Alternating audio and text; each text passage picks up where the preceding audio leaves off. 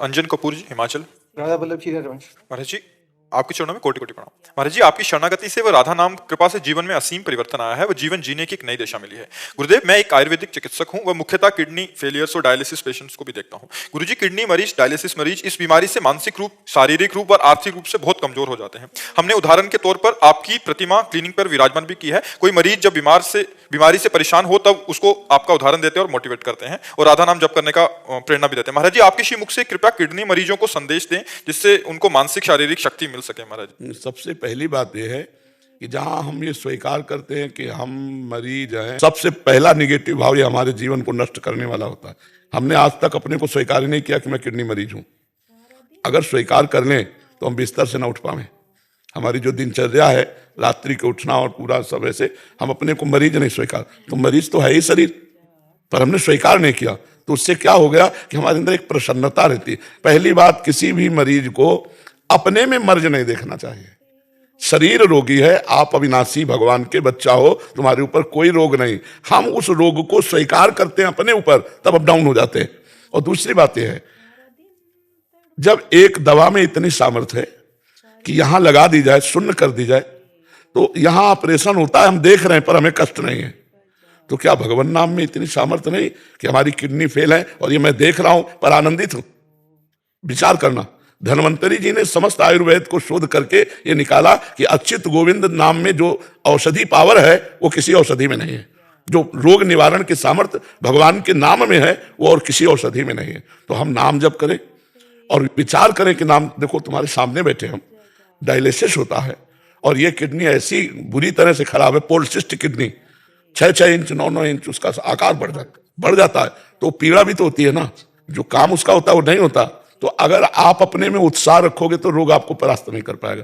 तीसरी बात यह है कि जब हमारा शरीर रोग युक्त हो चुका है तो हमको अपने दिमाग में बैठा लेना, मरना एक बार ही है, 100 बार नहीं।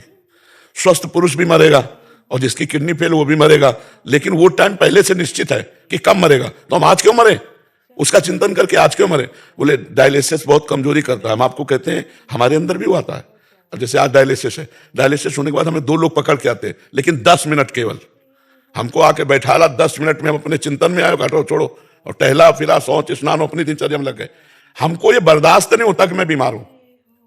ये अगर हम बर्दाश्त करने की मैं बीमार हूं ये स्वीकार करके, तो हम आज ही डाउन हो जाए। आपको हम अपना राज से बता रहे हैं। हम पहली बात स्वीकार नहीं किए आज तक कि हम किडनी फेलियर है। हम जैसे सुबह उठते हैं तो हमें ये ध्यान नहीं आता मैं किडनी फेलियर हूं। हमारी दिनचर्या चलती गई। ध्यान तब आता है जब कहेंगे दवा लेना है, अच्छा लाओ दवा, चलो आज डायलिसिस, चलो कर लो। या कोई विशेष पीड़ा हुई तो हाँ ठीक है वो फेल। पहला, हम बीमारी को स्वीकार ना करें होते हुए भी। दूसरा, हम ये विश्वास करें कि जब एक शून्य की सुई लगा देने पर हम अंग को चीर फाड़ देखते रहते लेकिन कष्ट नहीं होता। तो ये सामर्थ्य जो भगवान की तरफ से आई इसमें दवा में, वो नाम में बहुत बड़ी सामर्थ्य है। राधा नाम में हम नाम जप करें और प्रसन्न मुद्रा में रहें, मरने का भय त्याग दें, क्योंकि मृत्यु एक बार होगी, वो सबकी होगी, मेरी नहीं, सबकी होगी और सबको कष्ट है। कोई मानसिक जल रहा है डिप्रेशन में, कोई शारीरिक दंड भोग रहा है, तो हमको उत्साह संपन्न रहना है, हमको डाउन नहीं होना है। अगर हम भगवान के भरोसे हैं तो अर्थ संबंधी चिंता नहीं करनी चाहिए, क्योंकि तुम्हारे पास कुछ तो होगा। मेरे पास कुछ नहीं था तब मैं निराश नहीं हुआ, तो आज भगवान को लगा कि इसको जरूरत है तो व्यवस्था कर दी उन्होंने। नहीं कि हमने कहा नहीं किसी से, अपने आप व्यवस्था है। देनहार कोई और है, देते रहे दिन रहे। तो आप कह दोगे आप बाबा जी, तो हम वही बाबा जी जिसको खाने को नहीं मिलता था, जिसके दवा के पैसे नहीं थे, लेकिन भगवान के भरोसे हैं। तो तुम क्या भगवान के भरोसे नहीं हो सकते? कई जगह ऐसी व्यवस्था देखी गई कि डायलिसिस फ्री होता है, नहीं होता। भगवान संयोग बना देंगे। अर्थ से आप परेशान मत हो, रोग से आप निराश मत हो, तो आप उत्साह संपन्न रहेंगे।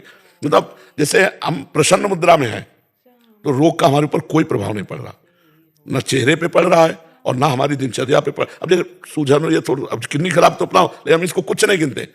अब आदमी, गृहस्थ आदमी क्या होता है कि भोग प्रधान जीवन रहा, अब उसको भोग का, अब वो सब गया, अब अर्थ गया, जीवन निरर्थक उसके समझ में आता है। अगर नाम जप करता हो तो जीवन सार्थक समझ में आवे तो कितना बढ़िया है। भगवान ने भोगों से बचा लिया। अभी भी नाम जप करे तो आगे जीवन सार्थक। बिल्कुल बिल्कुल बिल्कुल बिल्कुल, ये नाम का ही प्रभाव आप देख रहे हो, जो देख रहे हो। नहीं, दुर्गति हो जाए आपसे कह रहे हैं, क्योंकि हम देखते ना उसका जो प्रहार होता है ना रोग का, वो दुर्गति हो जाए।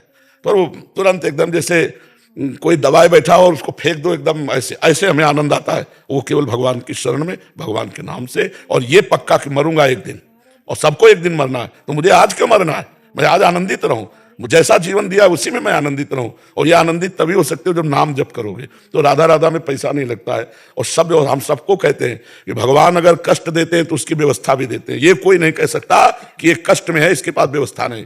भगवान व्यवस्था जब सबकी करते हैं तो हमारी भी करेंगे, ऐसा सोचना चाहिए। हम किसी से मांगते नहीं, अपने आप सब व्यवस्था भगवान करते हैं। हम ऐसे देखते हैं कि जैसे राजकुमार ऐसे हमें भगवान रख रहे हैं, और हमने सोचा था कि हमारी बड़ी दुर्गति होगी, क्योंकि ना मेरे पास रुपया है, ना एक व्यक्ति है, ना 1 इंच जगह है, और हालत ये हो रही, अब क्या होगा? तो सोचा तो वही होगा जो भगवान मंगल करेंगे, और भगवान ने सब ऐसा किया। एकमात्र भगवान से जुड़ने से हर समस्या का समाधान है। अगर भगवान से नहीं जुड़े तो समस्या ही समस्या है, समस्या ही समस्या है। तो जो स्वस्थ है वो क्या समस्या से रहित है क्या? आप देखो ना, अंदर जलते रहते हैं, वासना उनको जलाती रहती है। तो नाम जप, भगवान का आश्रय, ये सबका मंगल करने वाला है। और कभी कोई निराश ना हो, भगवान सबको देख रहे हैं। अगर आपके हृदय में कोई ऐसी बात हो कि आप किसी से कहना चाहते हैं सहयोग के लिए, तो किसी से मत कहना, भगवान से कहना। और वैसी अलौकिक व्यवस्था करेंगे तो पूछो मत। तो भगवान के हमने देखा कि हर व्यवस्था उनकी तरफ से ऐसे होती है। तो ये नहीं कि हम ही के, सारे जगत की करते हैं। देखो पशु पक्षी जो 1 कुंतल मांस खाता है पशु, भगवान उसका भी पेट भरते हैं, चींटी का भी पेट भरते हैं, हाथी का भी पेट भरते हैं। हमें उस भगवान पर विश्वास रखना चाहिए और नाम जप करता रहे, भगवान का आश्रय ले ले, हर दुख का निवारण हो जाए। हरि स्मृति सर्व विपद विमोक्षणम। जी दोस्तों, मेरी वीडियो अच्छी लगी हो तो चैनल को सब्सक्राइब करना, लाइक करना और कमेंट करना ना भूलें।